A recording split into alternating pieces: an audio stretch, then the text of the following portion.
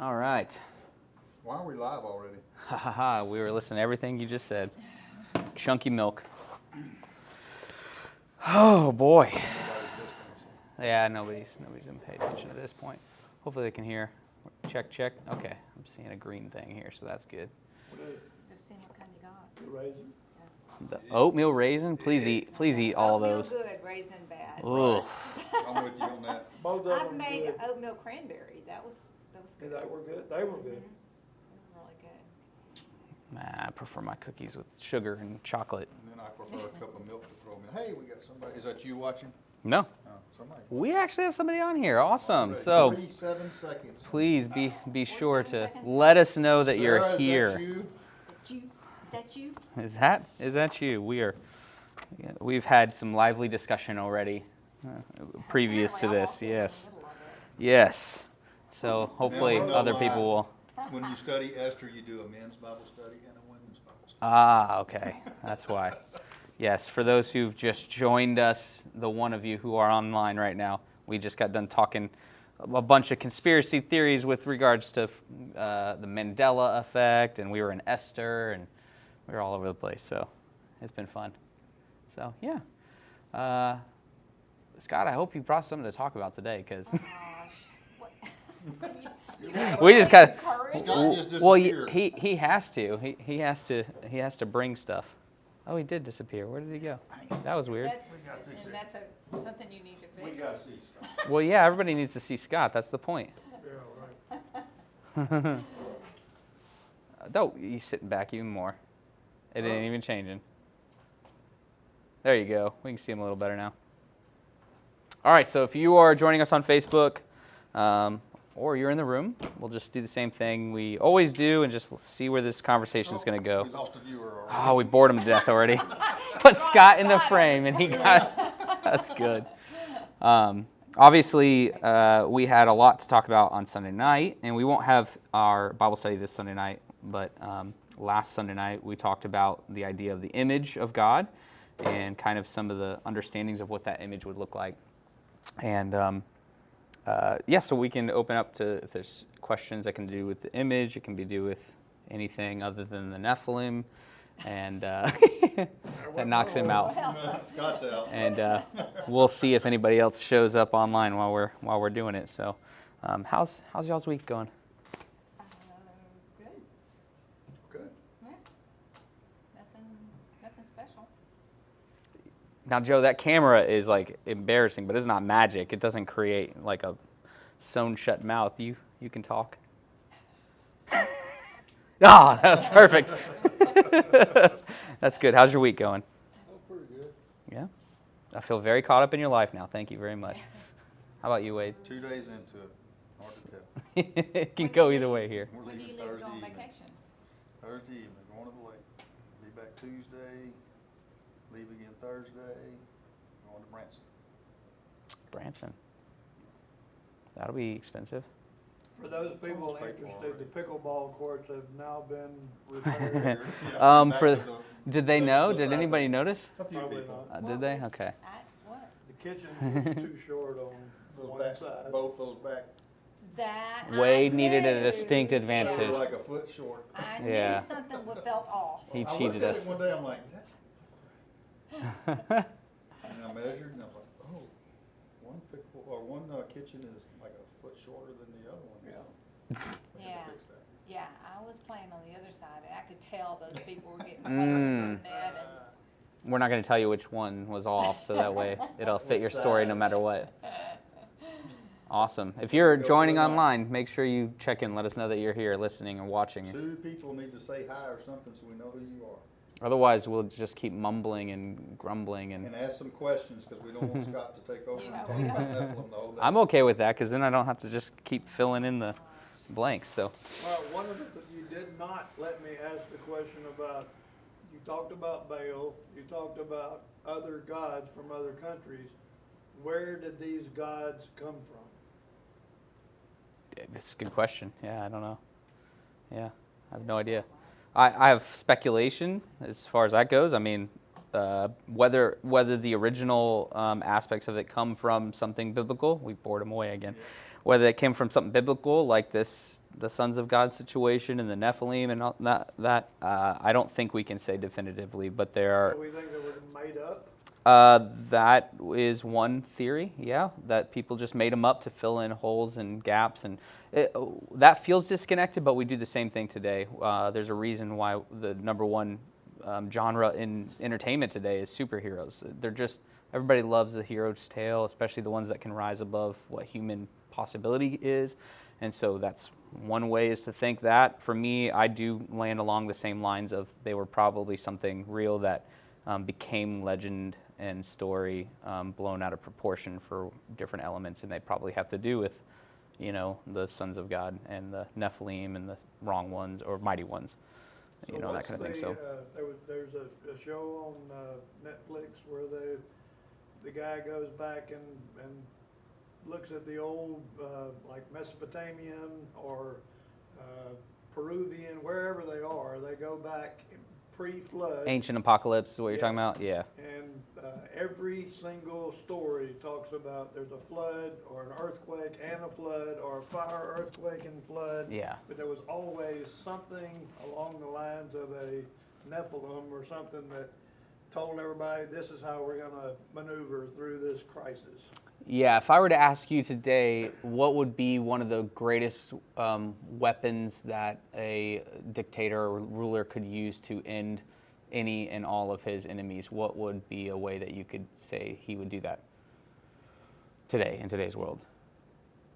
You talking about nuke 'em? Yeah, like a nuclear bomb, right? Do you have to be American to believe that that's a possible option? No, you can be anywhere in all cultures. So many thousands of years from now, they will read about all these cultures that have similar stories of when the United States of America, or when a giant nuke was dropped on an island in the Pacific Ocean during a major catastrophic war. So there's a couple ways to look at this. With regards to the fact that there are over 300 plus different flood narratives in all ancient cultures, it's a common motif in that time. You can look at it through the first way of, well, that seems to make the most sense if you're going to get a worldwide catastrophe. You're not seeing asteroids and comets. I mean, see them up in the sky, but they stay up in the sky. You never see those come down, right? But floodings and fires are things that can ruin your humanity right now, and can and have experienced that in your own tradition, regardless of where you live in this world, right? And so the idea of that common motif being a thing that the gods would use to destroy your own life or the world as you know it would make sense. As that there aren't weapons like that of mass destruction. That would be the weapon of mass destruction. Whatever hurricanes back then, they would be storms, they would be floods, they would be the outcomes of what modern science would now determine as tornadoes and floods and that kind of thing. But they would just call it storms, floods, natural disasters, earthquakes. So for that to spread across the world, that would make sense. That's what they knew as a mass extinction event type situation. However, it would also be completely legitimate for a culture all across the world to have descended out of an actual mass extinction event like a worldwide flood, and for those flood narratives to make their way down into the histories of wherever they are across the world, especially considering the next event after the flood is a separating out, a scattering amongst all of the world. So you have different languages, different people spread out over the world with a common descent from a flood event. Those flood events would take on their lives of their own, would have their own heroes, would have a lot of similarities. Some of them would be true, some of them would be wrong. But even those would precede the written word, which is why biblical textual critics will say the Bible is borrowing from all these ancient beliefs when writing the flood narrative, whereas the Bible would claim, no, we're writing the true flood narrative and showing why this is true and how it sets apart from all the other narratives, as far as that goes. So is the Bible stealing from the flood narrative, or are they all still talking about the same events, but the Bible's clarifying? That's kind of where I would stand. And even more so, it works on another level where it's even not even necessary for an actual worldwide catastrophic flood event to take place for it to make a theological statement about what man left to their own devices leads to, death and destruction and iniquity, sin, that kind of thing. So if you buy into this Nephilim type being that each of these cultures says was there, that would lead you to think there was probably some kind of written language back then. Where did all that wind up? Well, our oldest language oldest languages on earth, or language on earth, written language on earth, is what leads to like finding like the epics of Gilgamesh and this kind of thing. Like the first written languages on earth write down these crazy mythological sounding stories, and they can be both from a literal state, as far as like if you go down the path of the Nephilim, these could be demigod giant figures, that try to rule the world. But if you go from the point of view that the biblical authors are trying to show that what all these cultures teach as amazing and good and follow these kingdoms, the Bible is going, no, that led to death and destruction and chaos. These figures that claim to be descendants from gods are actually not good, they're bad. And so the Bible is constantly trying to set the record straight as far as that goes, whether you believe those things literally happened or didn't literally happen. It doesn't really make a difference as far as that goes. The theological statement is that God is different and is not like what the world says is good or bad or whatever. Does that make sense? Yeah, well, yeah, they're bad, and we also are bad. Right. So there is only one God is good, everything else not so good. Yeah, just click on that. There you go. Even the ones that we think are good are usually turn out, oh no, this guy's not what we thought he was. Yeah, the primary thesis issue in all of Scripture is that man choosing wisdom in ways on their own is bad, and anything outside of God's own wisdom is what causes death, exile, destruction. And the problem is that we feel that through technological advances, time, histories, education, we can subvert that primary issue of mankind, today's world. And so, for instance, because we have the post-knowledge of what Christ did and how it makes sense in Scripture, we can go along in the modern age church today and think that we are doing things basically right, Meanwhile, it's like over and over and over again, the Bible is a great proof text to show us that, like, you're probably not. And just when you probably think you are doing it right, you're probably still not. And that's hard to get over because, Jesus often spent his ministry correcting the church of the time who knew and understood the Scriptures, interpreted the way of life. And he would come and completely flip that on its head and say, you think it's this, but it's actually the absolute opposite. And everything in this world kind of drives us into thinking we know better. We know what's right and wrong. And anything apart from what God would say, we could almost assume it's probably not. Like, we're probably just making a mess of things, honestly, if we really look at things.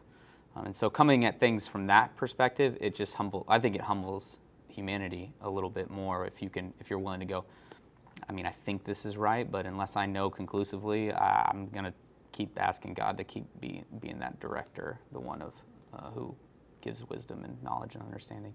Just like our Joseph story, you sat there and you look, oh, Joseph's going to be he's the guy. He's got his act together. He's doing everything right, and that's the one we would choose. But yet, Christ came through Judah. Right, the one who slept with his daughter-in-law, who he thought was an actual prostitute, which somehow made that better. Yeah. Right. You got the free pass on that. Right, exactly. And so,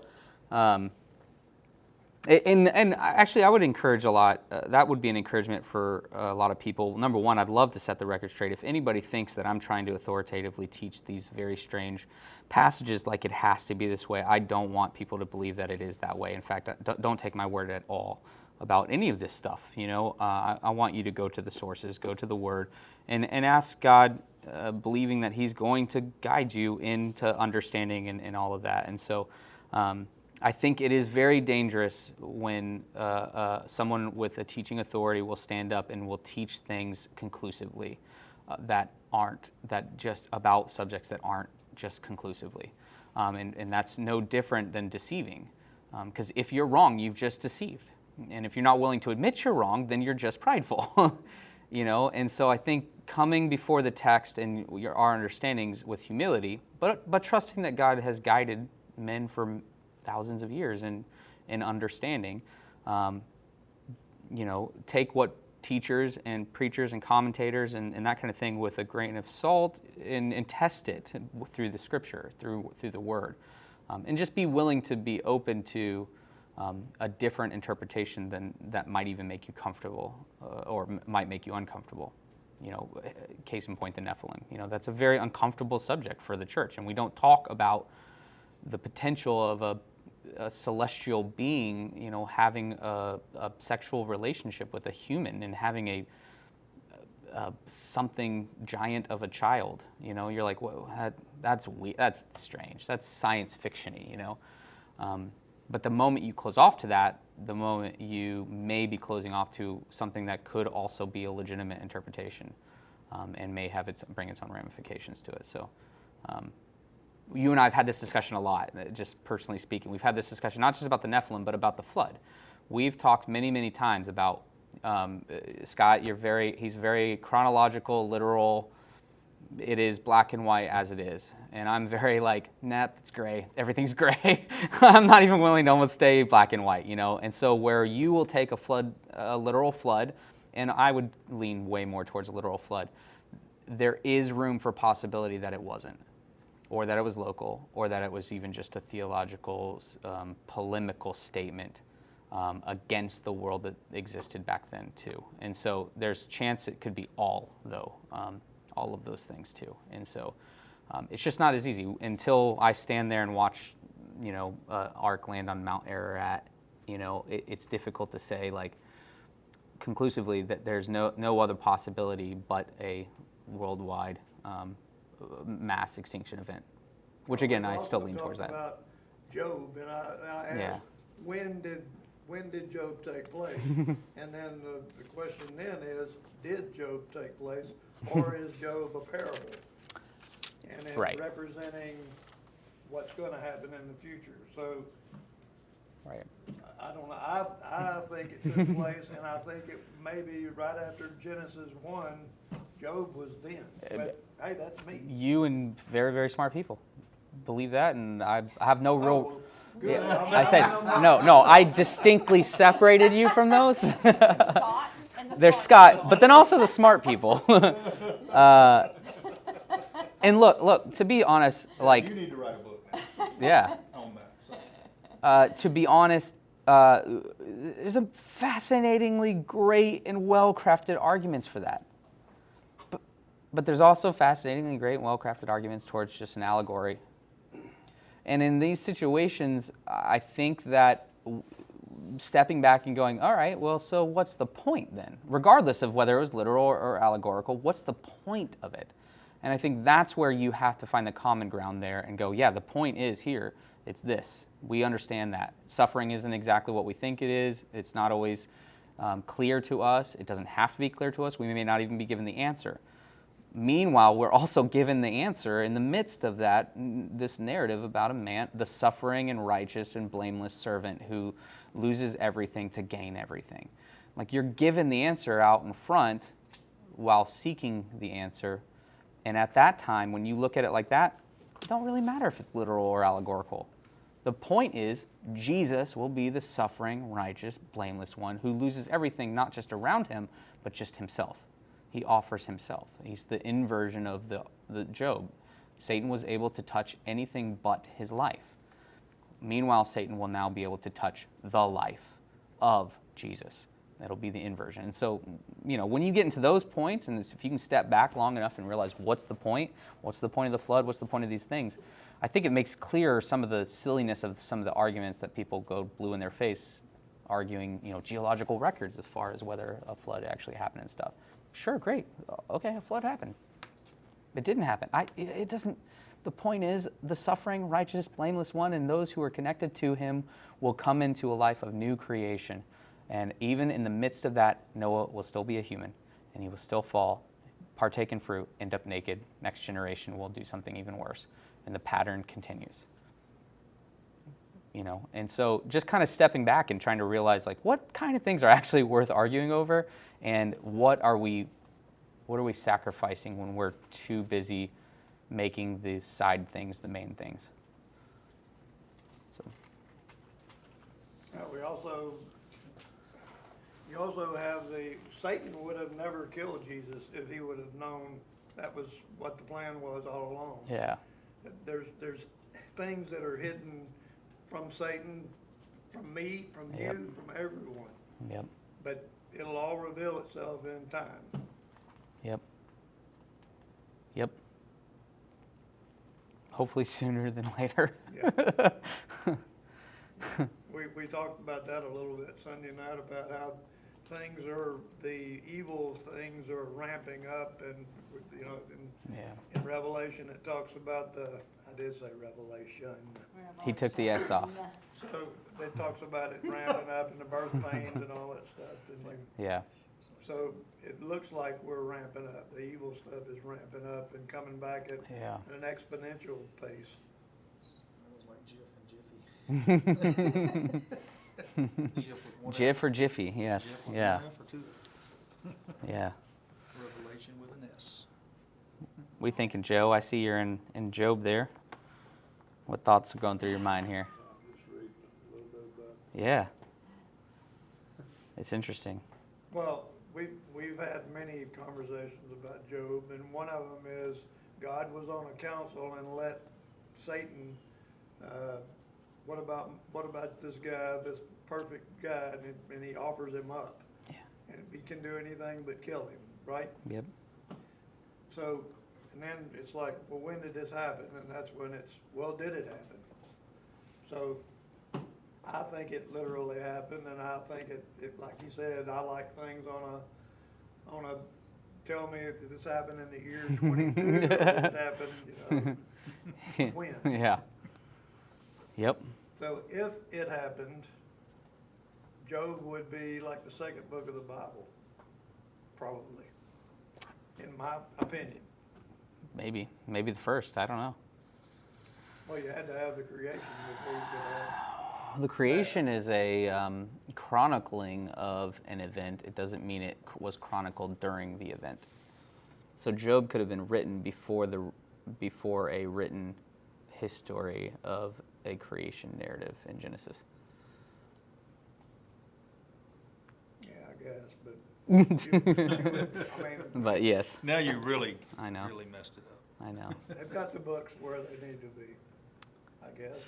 It's a good question too, because our English translation of the Old Testament moves books to different places than the original Hebrew ordering, and I think that there's some benefits to even going back and looking at how they ordered, and like Second Chronicles is the end of their end of their book. And when you look at Second Chronicles, it actually makes a little more sense as to why it ends there, rather than where ours ends in the Book of the 12. So, yeah. This is Old Testament you're talking Yes. Hebrew Scriptures is Old Testament. Yep. Yep. So, the other books, they're not Hebrew chronicled, they're not Hebrew written? And the New Testament is primarily Greek, and the Old Testament No, is I'm primarily talking Hebrew. about the latter books in the Old Testament. No, they're still written primarily in Hebrew. There's a few exceptions. Daniel purposefully will switch languages. There's a couple of the other books that they'll switch to a different language, like Assyrian or what is it? It slipped my mind at this moment, but yeah, it's written in different languages. Because they're writing Esther to a actually might be it. different group. Oh, there's lots of purposes behind them. Yeah. Daniel is really big into it, and there's a lot of meaning and purpose behind who he's writing to and why he's writing. And when read through that through that lens, it changes not changes, but it really makes certain what the theological statements or implications are of what you're reading in Daniel. So when you're reading chapter 1 in Hebrew, you're understanding that ancient Israelite should be reading this in his own language and understanding this is written to him, because in the second chapter when it switches, I think at verse 7 or whatever, when it switches over to the, the Babylonian, dialect, now you're reading this from an Israelite and a Babylonian perspective, which speaks way more about discovering who the God of Daniel and Shadrach, Meshach, and Abednego is. And Daniel chapter 1 is all about, hey, remaining faithful in exile in this foreign land, whereas Daniel chapter 2 through, 10, I think, is all about these testings that take place and how the non-Israelite Babylonian ones who think they're in power are not in power and in control. And so if you're reading those two languages from totally different perspectives, then you're gaining totally different theological implications. That if you're Babylonian, your God is not the one who's in control. Your king is not the descendant of God. He's actually the bad thing.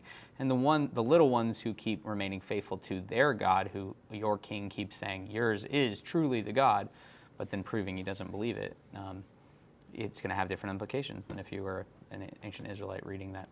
So a Jew knew what languages? What was, if you were a typical Jew? It depends on your timeline, because if you're in Jesus' time, Koine Greek. If you're in, Daniel's time, you maybe know Hebrew and why can I not? I'm misspeaking about the Babylonian language. It's going to drive me crazy too. It slipped my mind, but you may know a couple of them. If you're in Abraham's time, you may not. You may only know Hebrew. Well, yeah. If you're, that's why Jesus' time will know Greek, is because the Persians and the Greeks will end up taking over and ruling the world up to Jesus' time and teach them their languages. Are we if you're gonna in, do a study on? I'd like to do a study. I like Daniel. mm-hmm. Are you gonna actually? Aramaic. Oh, that was driving me crazy. Aramaic, yes. Am I going to do a study in Daniel? You tell me. We can sometime. I want Yeah. Yes. Well, there you go. Are we gonna There you study go. the Bible? Yeah. I don't care where we go. Is Targum the same as the Aramaic phrase, paraphrase? Targum. Yeah. Targum is the Jewish. It's the Jewish. It's not the Talmud. It's not the Torah. So the Targum is the Jewish ordering of, I think, scriptures. I don't want to misspeak on that one. The Talmud is the Jewish rabbinical teachings. The Torah is just the scripture as far as Moses's. So then the Targum must be the ordering of Jewish Targum. What's your say? Where you're reading that? Job, this discovery of a Targum, Yeah. Aramaic paraphrase on Job from the 1st to 2nd century BC, the earliest written Targum, makes it very late. Date for authorship highly unlikely. Okay. It was talking about It seems second millennium was 2000 to 1000 BC. Yeah. During this. So the Targum would be the Jewish commentaries on Job. So they've found early manuscripts of Jewish Targums that they think date back to as early as the 1st century of BC, you said? Said it actually during the second millennium BC, 2000 to 1000 BC. Yeah, so this would have been during the Daniel's time. They have found writings like commentary basically during the time of Daniel, during the time of Esther, that time as early as that, talking about Job in that sense. So earliest manuscripts would say Job had to predate that, because obviously, if I'm hearing that correctly. It's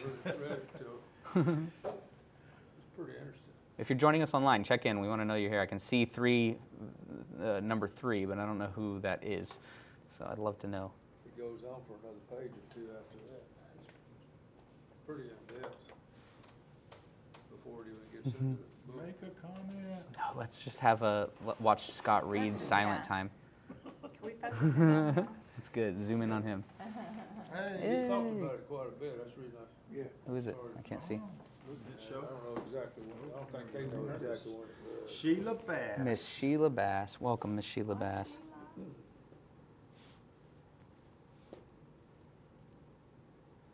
Well, from what I read, it looks like 2000 BC fits because of some of the, in Job, when they're raiding the Mhm. tribes and stuff, they said that that's when these guys would have been ratings. You didn't finish the last. Well, I'll read it. You have to keep reading. Well, so by this point, though, the scriptures up to 1000 to 2000 BC, this is previous to Jesus' birth. By the time Jesus comes, we have very good reason to believe that the Hebrew scriptures, the Old Testament Jewish Bible, was already in complete and utter formation. Jesus gives us clues to that after he raises from the dead. He's speaking to his disciples, and he tells them that he's trying to explain to them how if they would have just listened, they would have known this was the plan from the start. Like, he had been teaching this, he'd been showing it the whole time. They were surprised that he did raise from the dead in a way. And then he sits them down, and it says that he taught them. Well, here, Luke chapter 24, it says that he says to them, "O foolish ones, slow of heart, to believe all that the prophets have spoken. Was it not necessary for the Christ that he should suffer these things and enter into his glory?" So you should have seen, according to the prophets, like this was supposed to happen with the prophets. In verse 27, and beginning with Moses and all of the prophets, he interpreted them in all the scriptures, the things that were concerning himself. And then if you skip a little bit further down, this is where he appears in the middle of the room, and he's like, "I'm hungry, you guys got something to eat?" And they start eating boiled fish. And it says, verse 44, then he said to him, "These are the words that I spoke to you while I was still on earth. Everything was written about me in the law of Moses, in the prophets, and the Psalms." In the Jewish ordering of the Hebrew scriptures, the law of Moses is the Torah. This is the Tanakh, is what he's talking about. The Torah, the Nevi'im, and the Ketuvim. This is the law, the writings, and the prophets. And these are the three specific genres that make up the Old Testament that we read today. So by this point, by Jesus' death, burial, and resurrection, that had already been formed. This is one of the passages that kind of prove that. Didn't you know, if you'd have just read your Bible, the Tanakh, you would have seen this was supposed to happen this whole time. And so the canonization of the Old Testament was already taken place, already been done at that point. Job's earliest Targum or commentaries on the Jewish would have taken place up to 1,000, 2,000 years before Jesus existed, which is why they would say that this is probably even before that was written, including, what he's going to claim here, when Moses and the prophets and Psalms all finally cohesively became one book. There's debate as far as when that officially occurred, but it was well before Jesus was on this earth. And so, but that also is different than the chronological, literary, historical figure of Job when he existed. That could have been, right after Adam and Eve and creation, and after the flood, right up to those points. We just don't know. We have no idea.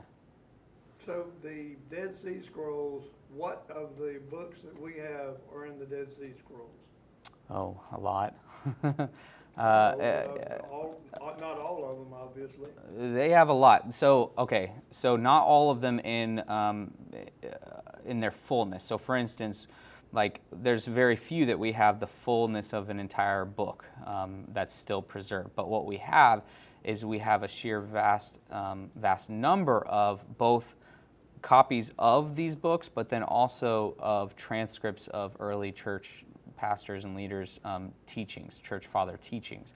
And so where I would take Job chapter 1 and I'd teach a Bible lesson on it, that would be written down or scribed down, and then you would take Job chapter 1 in the Dead Sea Scrolls and go, "Hey, look, we got the first chapter of Job here." And by doing that, just by comparing the transcripts of the early church fathers in the first couple centuries, we have enough to fill in Genesis all the way, to the end of the Old Testament Hebrew Scriptures, Second Chronicles, and beyond, and into the New Testament after the first couple centuries. And so we don't even need copies of the Bible. We could just look at copies of the pastor's notes, and find all of the Bible. But then also we have, many copies of in the Dead Sea Scrolls. I can't tell you.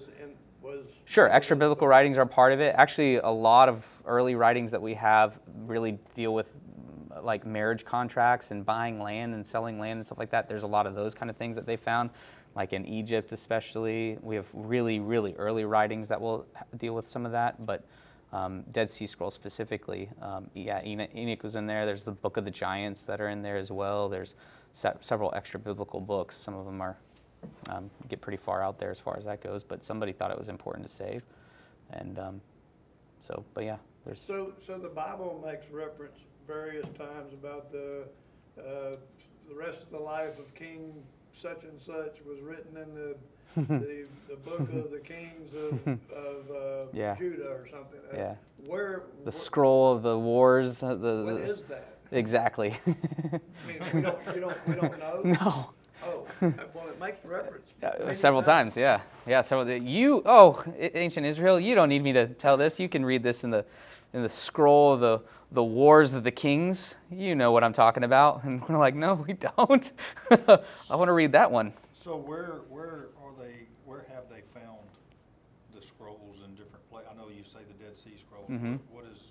There's What are they- what is that? fascinating stories that have become legend too. So there's this one guy that I think is really interesting. He's actually supposedly where Steven Spielberg would come up with the Indiana Jones character. This is what he would base him off of. But his name was Tacitus, I think. He was if I believe correctly, like a 16th century German scholar, young guy, that fell in love with finding scrolls.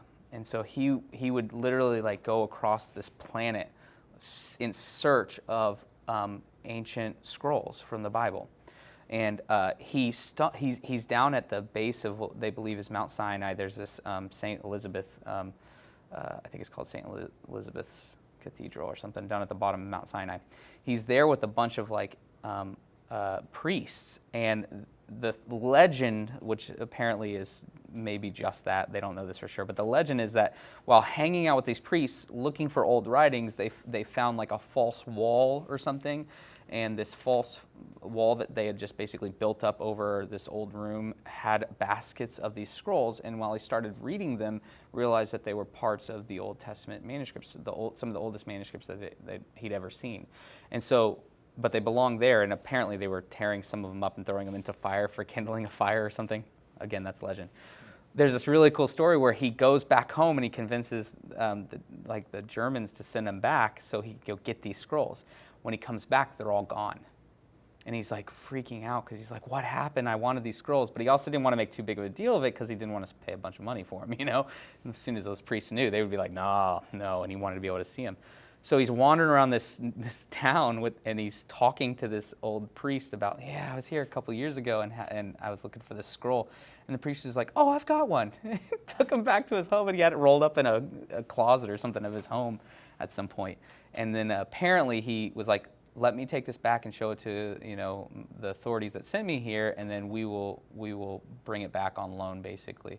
And then the legend goes that he stole it and never brought it back. And there's all kinds of theories by it. But he's one figure in time that would compile these things. In Ethiopia and in Egypt, they were very big about holding back ancient writings and things like that. And so they would have whole vast storehouses of scrolls and that kind of thing. That's why there's certain Ethiopian sects that still believe, like First Enoch specifically is canon, where most don't. The Roman Catholic, what's the organization? It's slipped my mind now. Where the Pope is. The archives, the Catholic archives. Apparently, they have the vast majority of. They're called minuscules and ancient texts, not as old as the Dead Sea Scrolls always, but they own a vast amount of those. So they used a lot of power and riches and time to kind of take those and get them into the archives there.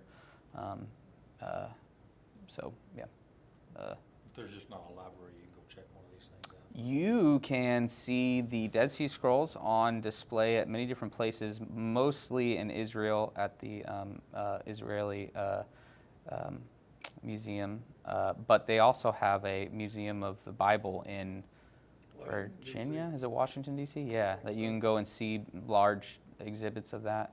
And then every once in a while they'll take them on the road, and you can see some of them at different places. But the gathering of manuscripts have taken lots of legends. Like supposedly some of the Dead Sea Scrolls showed up on the black market like a couple years either before or after they were found, and like in a newspaper in New York where they were like, hey, found these cool scrolls, would make cool for a good collection.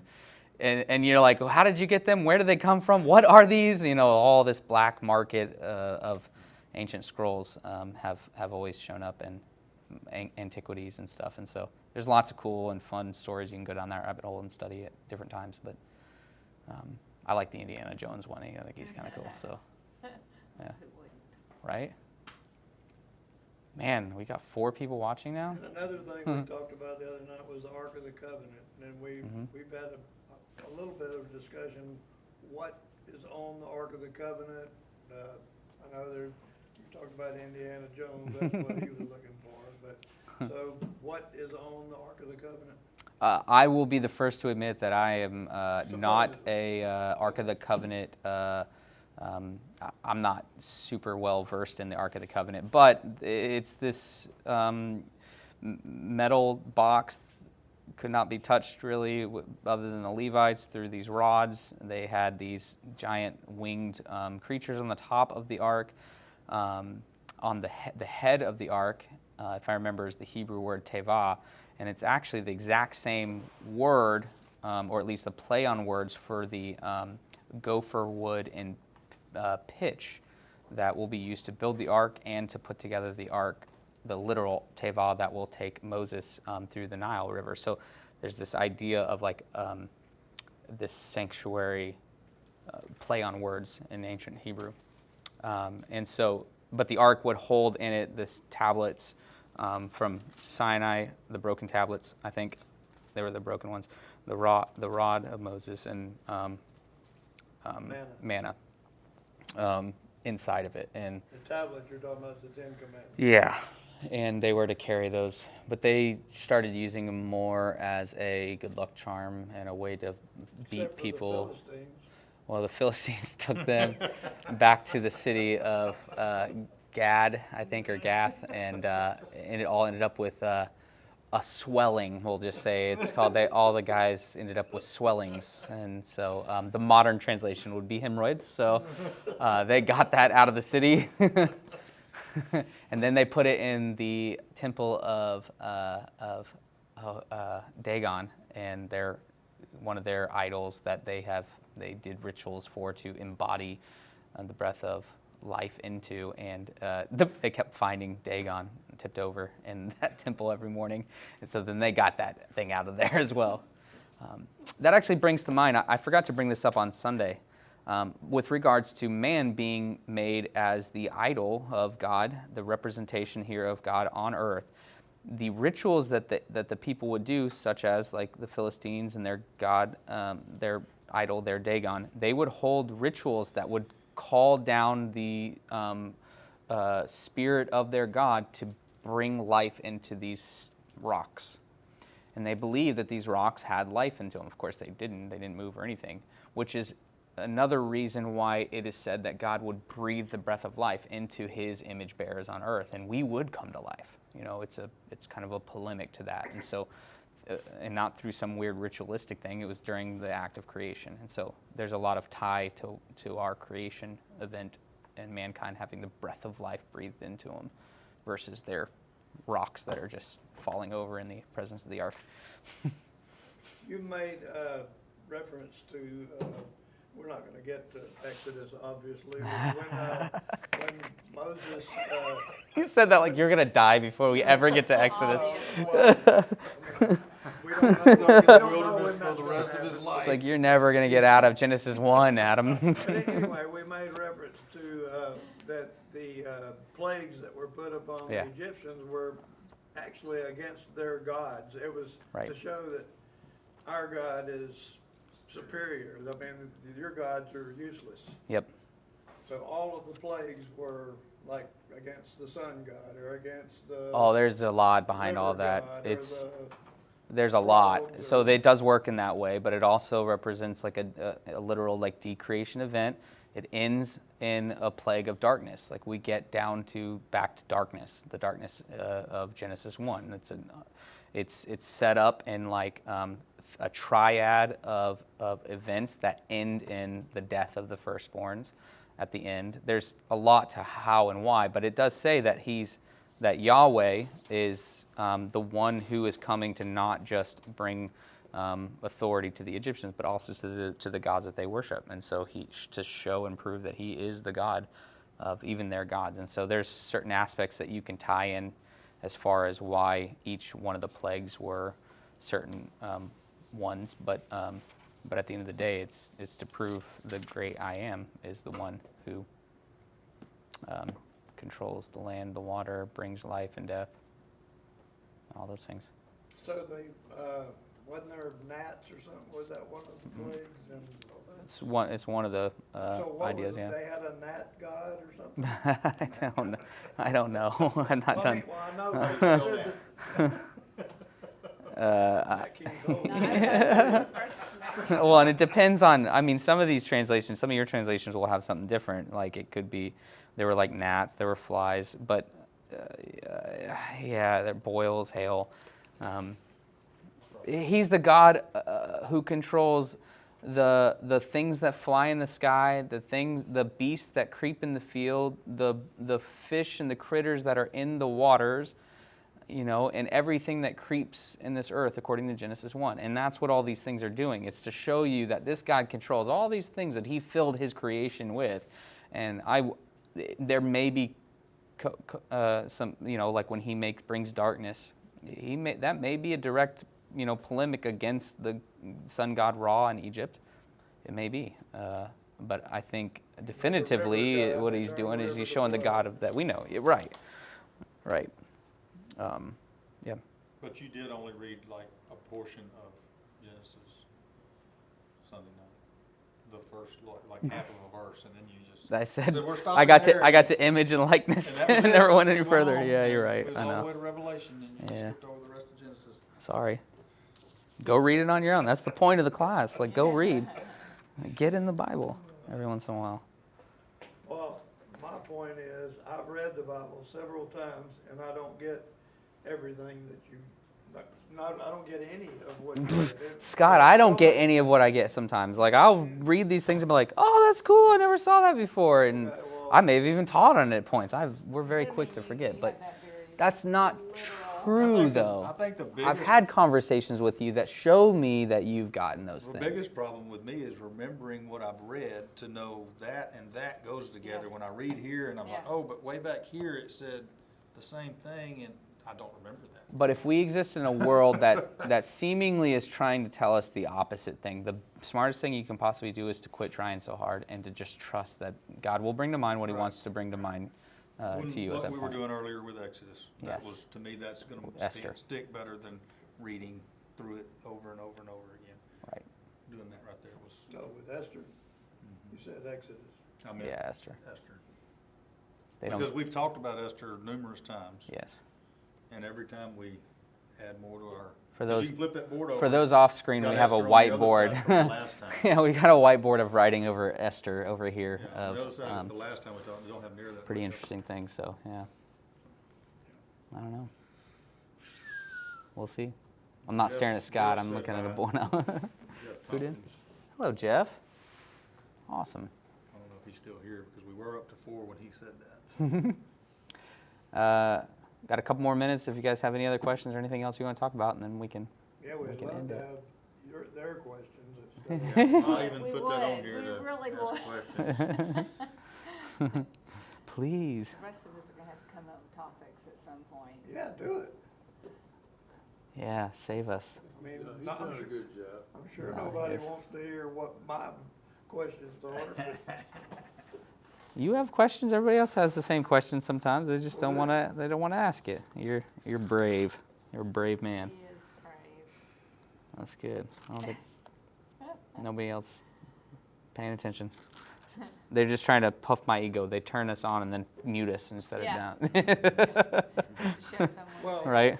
to reiterate what Wade said a minute ago, he said, so I've read, I remember we were in the Joseph study, and we were talking about the Benjamites where they wiped all the men, they killed all the Benjamite tribe or something, right?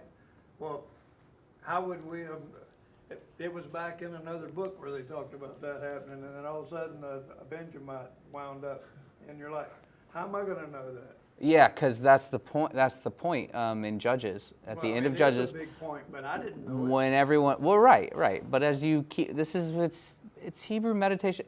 You're supposed to do this the rest of your life. You got your whole life to keep finding this, stuff. And so it's you Well, I going got back less and of that than you do. well, maybe, I don't know. We'll see. Got a question? Oh, right. Totally off of any of the subject we've talked about. Hold on. Let me finish whatever I was saying there. As far as at the end of Judges, everyone's doing what's right in their own eyes, and what was right in their own eyes almost wiped out an entire clan of people, through which we'll find then King Saul, which is again who was right in their own eyes. They saw him beautiful; he should be the king. Meanwhile, God's like, no, I should be the king. But then they don't, and that's where we just watch this descendants keep going down, and it just gets worse and worse from Yeah, there. well, see, that's important, but I have read it, I read right past it. Right, but now next time you won't. Agreed, but I. You can't have it all. You can't have it all, Scott. He just wants you to do the work for him. I don't have it all. Did you not hear me say? I actually don't know much about the ark, so there you go. That's what I got. So, There's a lot of blood on it. yeah. What's your question, Alright, Sheila? so Change the Sheila topic. Bass said, Allison talked about a chronological order Bible on the last biblical bites. Mm. How would you read it? Just start at the beginning and keep going? I have no experience with a chronological Bible. I've never actually read a chronological Bible. But you have? I did. Me and my wife read through a chronological Bible, I'm reading and one now. sometimes I wish it would have stuck to the regular order of the Bible like we have just because. Especially the first 4 books of the New Testament, I just read that, I just read Matthew. And you're reading it over again. Yes, Yeah. it's like reading the same And book. that almost to me made me want to say, I've already read that, I'm gonna skip it, but then you're gonna miss some little difference. I think that would be my encouragement, is whether it's a chronological Bible or just an Old Testament or your own normal Bible or Hebrew scriptures. I think the best thing you can possibly do is just slow down. We make it way too much of I want to set a goal and check off that list and make sure I get it through in a certain time. And I say, like, don't do, just sit where you're at, and see where it goes. And Yeah, and by the way, the one we read through was a year layout, so you get it done in a Yes. year. It took us almost 2 years to get Yeah. through it. which you're still I mean, we're trusting the word doesn't. You're getting familiar with even stories that you don't even know this time through, and you can do that the rest of your life. And there's nothing wrong with that. The word won't return void. It's just. I would just encourage, because our nature is to just try to speed through or make some sort of a game out of it or something. And I would just say, you don't do that with your husband or wife, hopefully. So just quit trying so hard to force something and just spend time in the Word, wherever that leads you or however that goes. Yeah, it's a good question, though. Thanks for giving a commercial for Biblical Bites podcast. That's funny. You can just say it, you don't have to No, type I it. But wanna, I I like wanna, it. I wanna get her to, I thought she said something else. no, she. Oh, thanks, there you go. Did now, thanks, yes, slowing down is the key. Yeah, I think in some ways. So I don't know what the right answer is. You So just keep baking cakes. Keep Don't slow trying. down on that. yes, absolutely. And she No said she slowing loved down the on the cake podcast. department. What'd you say? She loved the podcast. I thought you said she left. And she left the podcast. Loved it and Awesome. Well, thank you guys for showing up online. Thank you for trying to call me during and in the room. So And next Tuesday, yeah, we're doing this or what? you tell me. I'm here, so I'll do it. If you want to. Wade's not gonna be here. I'm gonna be on my way back home. You Well, tell no me. one ever talks but you, so I'll be here. We do this. I'll talk. We do this Monday through Friday. Finally. Joe talked. But I did. I had to, He brought up the I had to Targum. let, I never did. do. had I to open want the to gate. read that, by the way. but Yep. I didn't want to do it during the middle of the. And we got a question. Well, we had all kinds of milestones today. Sheila's baking today too. That's awesome. Good. Well, all right. We're going to end the live stream. Thank you guys for coming in and get to reading the Word. I don't know. I need a cool catchphrase or something to Yeah. end things like, get in the Word. Ready? Yeah.